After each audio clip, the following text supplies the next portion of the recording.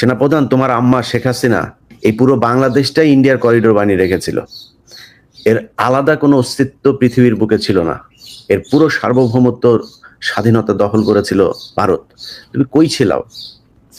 যেই জুলাই আগস্টে ছাত্রদের উপরে নির্যাতন করা হয়েছে, যে দেশের মানুষের উপর গুলি করে, সেখানে অসংখ্য ভারতীয় লোকজন এসে তারপরে ট্রেনে করে বর্ডার পার হয়ে এসে কিলিং মিশনে অংশ নিয়ে তারা সুন্দরভাবে বাংলাদেশ পার হয়ে গিয়েছে। তুমি কোথায় ছিলা? তোমার ক্যান্টনমেন্টে বসে তারপরে আসিফ নজরুল্লাহ, তোমার অফিসাররা বসে সেনাবাহিনী, এই ভারতীয় সেনাবাহিনীর গোয়েন্দা সংস্থার লোকজনের সাথে বৈঠক করেছে। কোথায় ছিলা তুমি তখন? তোমার এত সার্বভৌমত্বের প্রতি হয়েছে, তোমাকে ইউনুস না করছে নাকি পার্বত্য চট্টগ্রামে যায় জেএসএস ইউপিডিএফ এর সন্ত্রাসীদেরকে করতে? তুমি এখন প্রতি সপ্তাহে তোমার সেনাবাহিনীর পোলাও খাইতে দাও। তুমি তোমার সেনাবাহিনীর কনস্ট্রাকশন ব্যবসা ধরায় দিচ্ছ। তুমি এখন আসছো করিডোর নিয়ে আমরা কথা বলবো। এই দেশে যদি ডক্টর ইউনুস না, আমি আমেরিকায় বসে আছি, যদি আমেরিকাও যদি আমার দেশের জন্য আমরা যদি ফাঁসিও দেয়, যদি আমার দেশ দখল করতে যায়, আমরা কথা বলবো। আমরা এখনো বেঁচে আছি তো।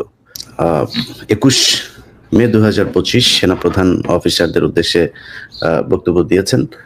আপনারা জানেন গত কয়েকদিন ধরেই সেনাপ্রধানের নানান ধরনের কি বলবো, যে বানরের মতো চক্কর খাচ্ছেন তিনি। এই বাদদামি করতে করতে তিনি বেশ কিছু, এটাকে বলা চলে যে রাষ্ট্রের যে আইন, সে আইনকেও লঙ্ঘন করছেন তিনি। তো তাকে মনে করতে হবে যে তার মতো কিছু কুলাঙ্গার, কিছু আওয়ামী সেনাবাহিনীর কথায় পুরো সেনাবাহিনী উঠবে বসবে না। এই আজকের এই যে বক্তব্যটা দেওয়ার জন্য তিনি গত 9 মাস ধরে, আপনাদের মনে আছে, প্রথমে ঢাকা বিশ্ববিদ্যালয়ে একটা ছেলেকে পাগল সাজিয়ে তারপর মারা হলো। এরপরে সংঘবদ্ধভাবে আপনার ধর্ষণের ঘটনা ঘটলো। এই কয়েকদিন আগে ঢাকা বিশ্ববিদ্যালয়ে একজন শিক্ষার্থীকে মারা হলো, যে কিনা বিএনপি সমর্থক একজন ছাত্র ছিল, অর্থাৎ ছাত্রদল সমর্থক। এখন এই যে ঘটনাগুলো ঘটিয়ে দেখেন কি করা হলো। ভিসির সাথে মুখোমুখি করা হলো বিএনপিকে। ওইদিকে আপনার আসিফ মাহমুদের বিরুদ্ধে বিএনপিকে উস্কে দেওয়া হয়েছে সিটি কর্পোরেশন ইশরাককে বসানোর জন্য। আমি মনে করি ইশরাক এখানে এই জোর জুলুম করে তারপরে বসার জন্য, ইশরাক ছেঁচড়ামো করে তারপরে সিটি কর্পোরেশনে বসার মতো ছেলে না। সামনে যদি মেয়র ইলেকশন হয়, কোনো নির্বাচিত সরকার হলে সেইভাবেও তার যাওয়ার সুযোগ আছে, কিন্তু তাকে উস্কে দিয়ে তারপরে আসিফ মাহমুদের বিরুদ্ধে লাগানো হয়েছে। এই জায়গায় একটা বড় ভূমিকা পালন করেছে আসিফ নজরুল। আমি অনেক কিছু আপনাদেরকে কার সাথে কথা হয়েছে সেগুলো উল্লেখ করছি না, তবে এইটুকু আমি আমার এই তাদের সাথে কথা বলে যেটা দেখেছি, যে আসিফ নজরুল দুই দিকে ঢোলের তিনি বাড়ি দিয়েছেন। এই পক্ষকে উত্তেজিত করেছেন, এই পক্ষকে বলেছেন তুমি এটা করো। সো সে সরকারে থেকে ইশরাককে বসতে দেবে না, এটা যেমন বলছে, সে আবার ইশরাককে বলছে যে এই সরকারে সে নাম ধরে কয়েকজনের কথা বলেছে যে এই ব্যক্তি নাকি ইশরাককে বসতে দিচ্ছে না, যে কারণে বিএনপি তাদের বিরুদ্ধে এখন খেপছে। তো এই কাজটা সেনাপ্রধান অনেক আগেই করতে চেয়েছে, অনেক আগে থেকে চেষ্টা চালিয়ে যাচ্ছে। দেশে একটা অস্থিতিশীল পরিস্থিতি বিরাজ করুক এবং মানুষ ইউনূস সরকারের প্রতি একটা বিরূপ একটা পরিস্থিতি তৈরি করে তারপরে তাদেরকে সেনাবাহিনীর কাছে যাতে সারেন্ডার করে, যে স্যার আপনারাই ক্ষমতা হাতে তুলে নেন। এই চেষ্টা তিনি 5 তারিখের আগে 3 তারিখ থেকেই শুরু করেছে। তার ইচ্ছা ছিল আসিফ নজরুলকে প্রধান উপদেষ্টা করে তারপর একটা সরকার গঠন হবে, আর আসিফ নজরুলকে দিয়ে তিনি যেভাবে চান সেভাবে করতে পারবেন, কিন্তু সেটা সম্ভব হয় নাই। আমি সরকারকে বলবো অতি সত্বর ডিজিএফআই এর এই সোর্স আসিফ নজরুলকে দ্রুত সরকারের উপদেষ্টা থেকে বহিষ্কার করা হোক। তারপরে তিনি বলেছেন যে 5 আগস্ট হতে এ পর্যন্ত সার্বিক পরিস্থিতি স্থিতিশীল রাখতে সেনাবাহিনী অক্লান্ত নিঃস্বার্থ ভূমিকা পালন করতে সেনাবাহিনী ও সেনাপ্রধানকে টার্গেট করা হচ্ছে বলে তিনি হতাশা ব্যক্ত করেন। সেনাবাহিনী ভালো করেন এই 5 তারিখের পর থেকে। আপনারা সারা দেশে আপনাদেরকে ম্যাজিস্ট্রেসি পাওয়ার দেওয়া হয়েছে। এই সেনাপ্রধানের আপনার তাদের যেসব উচ্চ পদস্থ যেই জায়গা থেকে তাদের কমেন্ট করা হয়, সেই জায়গা থেকে আমি অন্তত 20 জন মেজর ক্যাপ্টেন তাদের সাথে কথা বলে শুনেছি যে তাদেরকে কাজ করতে দেওয়া হয় না। তারা বলছে ভাই আমাদেরকে রাস্তায় কেন নামিয়েছে আমরা জানি না, আমাদের সব পাওয়ার আছে কিন্তু আমাদেরকে কোনো কিছু, অস্ত্র উদ্ধার করতে পর্যন্ত তাদেরকে দেওয়া হয় না। অস্ত্র উদ্ধার করতে গেলে আমি দক্ষিণবঙ্গের যে কোনো একজন অফিসারের কাছ থেকে শুনেছিলাম যে ভাই আমরা অস্ত্র উদ্ধার করতে যাই, আমরা তো এটা আগে আমাদের রিপোর্ট করতে হয়, এবং যেখানে যেখানে রিপোর্ট করে এর বাইরে অন্য কেউ জানার কথা না, কিন্তু তারা অস্ত্র উদ্ধার করতে যখন যায়, যে দেখা যায় 5 মিনিট আগে, 3 মিনিট আগে, 2 মিনিট আগে তিনি পলাতক। তার মানে যাদেরকে তারা রিপোর্ট করছে, তার অফিসারদেরকে তারা এটা জানিয়ে দিচ্ছেন যে এখান থেকে সরে যাও। আওয়ামী লীগের এই লোকজনকে তারা এইভাবে বাঁচাচ্ছে। আচ্ছা, এরপরে বলা হয়েছে যে জাতিসংঘ কর্তৃক জুলাই আগস্ট বিষয়ে যে প্রতিবেদন তৈরি করা হয়েছে তাতে সেনাবাহিনীর কোনো বক্তব্য নেওয়া হয়নি। ডক্টর ইউনূস এটা নিতে দেয় নাই জাতিসংঘকে। মানে জাতিসংঘ যেই রিপোর্ট দিয়েছে সেই রিপোর্ট সেনাপ্রধানের পছন্দ হয় নাই। উনার কাছে দিলে উনি আরেকটু সুন্দর করে করতেন, এইখানে সেনাবাহিনীর কোনো সমস্যা ছিল না, সেনাবাহিনী কোনো কিছু করে নাই, সেনাবাহিনী গুলি করে নাই, এগুলো জামাত শিবিরের লোকজন সেনাবাহিনীর পোশাক পরে, বিডিআরের পোশাক পরে গুলি করেছে, এটা উনি বানায় ফেলতেন, যে কারণে ওনার ওটা পছন্দ হয় নাই। তারপরে তিনি বলেছেন সংস্কারের বিষয়ে তিনি সংস্কার চান, তবে তিনি যেভাবে চান সেইভাবে এই সরকার করছেন না। তো তিনি কিভাবে চান সেটা আপনারা এই কয়দিন আগে একটা বক্তব্য শুনেছেন, যে যেদিন আওয়ামী লীগ নিষিদ্ধের জন্য এই আন্দোলন হচ্ছিল শাহবাগে যমুনার সামনে, সেদিন সেনাপ্রধান সশরীরে বঙ্গভবনে গিয়ে তারপরে বলে এসেছে যে আওয়ামী লীগকে নিষিদ্ধ করা যাবে না।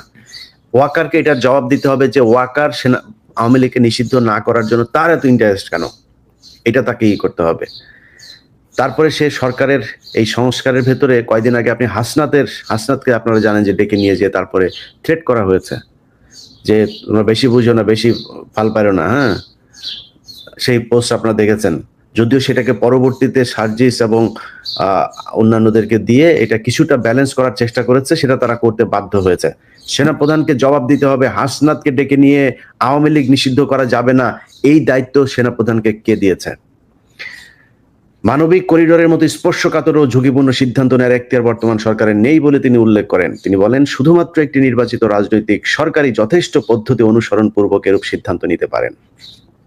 তিনি করিডোরের বিশাল একজন বিরোধী মানুষ। সেনাপ্রধান, তোমার আম্মা শেখ হাসিনা এই পুরো বাংলাদেশটাই ইন্ডিয়ার করিডোর বানিয়ে রেখেছিল। এর আলাদা কোনো অস্তিত্ব পৃথিবীর বুকে ছিল না। এর পুরো সার্বভৌমত্ব স্বাধীনতা দখল করেছিল ভারত। তুমি কই ছিলাও? যেই জুলাই আগস্টে ছাত্রদের উপরে নির্যাতন করা হয়েছে, যে দেশের মানুষের উপর গুলি করে, সেখানে অসংখ্য ভারতীয় লোকজন এসে তারপরে ট্রেনে করে বর্ডার পার হয়ে এসে কিলিং মিশনে অংশ নিয়ে তারা সুন্দরভাবে বাংলাদেশ পার হয়ে গিয়েছে। তুমি কোথায় ছিলা? তোমার ক্যান্টনমেন্টে বসে তারপরে আসিফ নজরুল্লাহ, তোমার অফিসাররা বসে সেনাবাহিনী, এই ভারতীয় সেনাবাহিনীর গোয়েন্দা সংস্থার লোকজনের সাথে বৈঠক করেছে। কোথায় ছিলা তুমি তখন? তোমার এত সার্বভৌমত্বের প্রতি হয়েছে, তোমাকে ইউনূস না করছে নাকি পার্বত্য চট্টগ্রামে যায় জেএসএস ইউপিডিএফ এর সন্ত্রাসীদেরকে করতে? তুমি এখন প্রতি সপ্তাহে তোমার সেনাবাহিনীরে পোলাও খাইতে দাও, তুমি তোমার সেনাবাহিনীরে কনস্ট্রাকশন ব্যবসা ধরায় দিছো, তুমি এখন আসছো করিডোর নিয়ে আমরা কথা বলবো।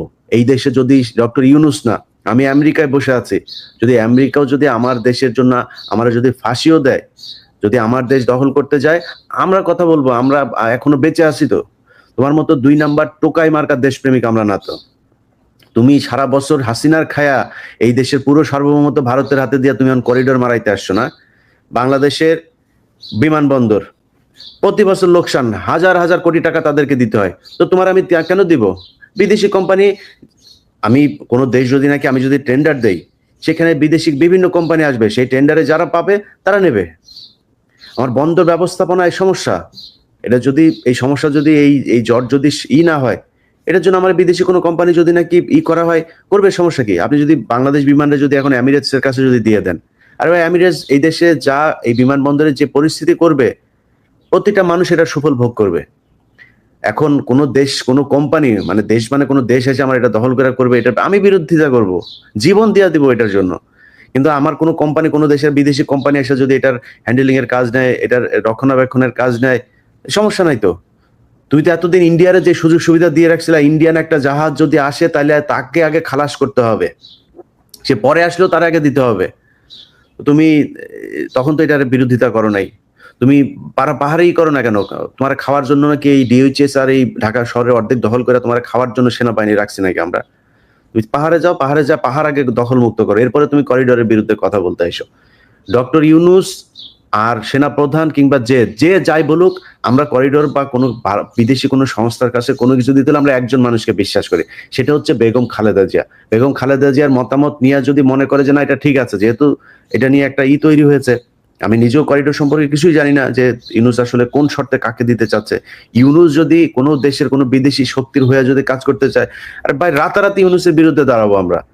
যেহেতু এটা নিয়ে একটা বিতর্ক তৈরি হয়েছে, আমি মনে করি এর মধ্যস্থকারী হিসাবে খালেদা জিয়াকে রাখা যাইতে পারে, এবং বেগম খালেদা জিয়া যেটা বলবে সেটাই হবে। একজন বিশ্বস্ত দেশপ্রেমিক, তিনি কোনোদিন এই দেশের বিরুদ্ধে যায় এমন কোনো কিছু করবে না। সো খালেদা জিয়াকে আনেন, এনে আপনারা বসেন, বসে এটা কি করবেন সেটা সিদ্ধান্ত নেন। ওয়াকার এটার জন্য কষ্ট পাচ্ছে, এই সেই, সে লিখেছে এখানে যে there will be no corridor. এখানে সে এটার মানে কোট আনকোট একটা দিয়েছে এই লেখাটার ভিতরে, তিনি স্পষ্টভাবে বলেন, এটা লেখার আগে বলেছেন। যাই হোক, ওয়াকারের কাছে আমাদের দেশপ্রেমী, উনি ইন্ডিয়ান মাল, ইন্ডিয়া যাও, তোমার আম্মু ইন্ডিয়া গিয়েছে, ইন্ডিয়াতে যাও। আচ্ছা, এরপরেই বলেছে একইভাবে চট্টগ্রাম বন্দরের বিষয়ে কোনো সিদ্ধান্ত নেওয়ার এখতিয়ার এই সরকারের নেই। একের পর এক গার্মেন্টস ফ্যাক্টরি বন্ধ হয়ে যাচ্ছে উল্লেখ করে তিনি বলেন এই বিষয়টি সরকারের কোনো ভূক্ষেপ নেই। তুই কি পাল ফালাস? তোর ডিজিএফআই সারাদিন আকাম করে এই গার্মেন্টস এর পোলাপানের কাছে যায় কাটি মারে এদেরকে করার জন্য। ওই বিভিন্ন কারখানাগুলো নষ্ট হয়ে যাওয়ার পেছনে তোর লোক দায়ী, তুই করছিস। ওই যে গাজীপুর এলাকায় এক ডিজিএফআই একটারে দিয়ে রাখছে, ব্রিগেডিয়ার জেনারেল একজন, এটা ছিল আত্মীয়, ওই সিলেটের ওই যে এক আছে না, ওই যে মাগুর একটা আছে না আপনার লন্ডনে পৌরসভার মেয়র বা কিছু একটা ছিল, তার আত্মীয়, তার সাথে ছবি টবিও আছে, আমার কাছে আছে ওগুলো, তারা নিয়ে এসে দিয়েছে। তো এরা তো সারাক্ষণ এই গুটিবাজি করে অস্থিরতা করে। এখন আজকে সে এখানে বলেছে যে এটা করছে। তোমার ম্যাজিস্ট্রেসি পাওয়ার দেওয়া হয়েছে না, তুমি সরকারের পার্ট তো তুমিও, তোমার সরকার তো সেই দায়িত্ব দিয়েছে। তুই ওখানে না যা, তুই এনে গুটিবাজি করিস সারাদিন ভারতের সাথে, তোর বউর ফোন দিয়া তুই সারাদিন শেখ হাসিনার সাথে আলাপ মারিস কেন? তোর ওই জন্য তোর সেনাপ্রধান বানানো হয়েছে নাকি?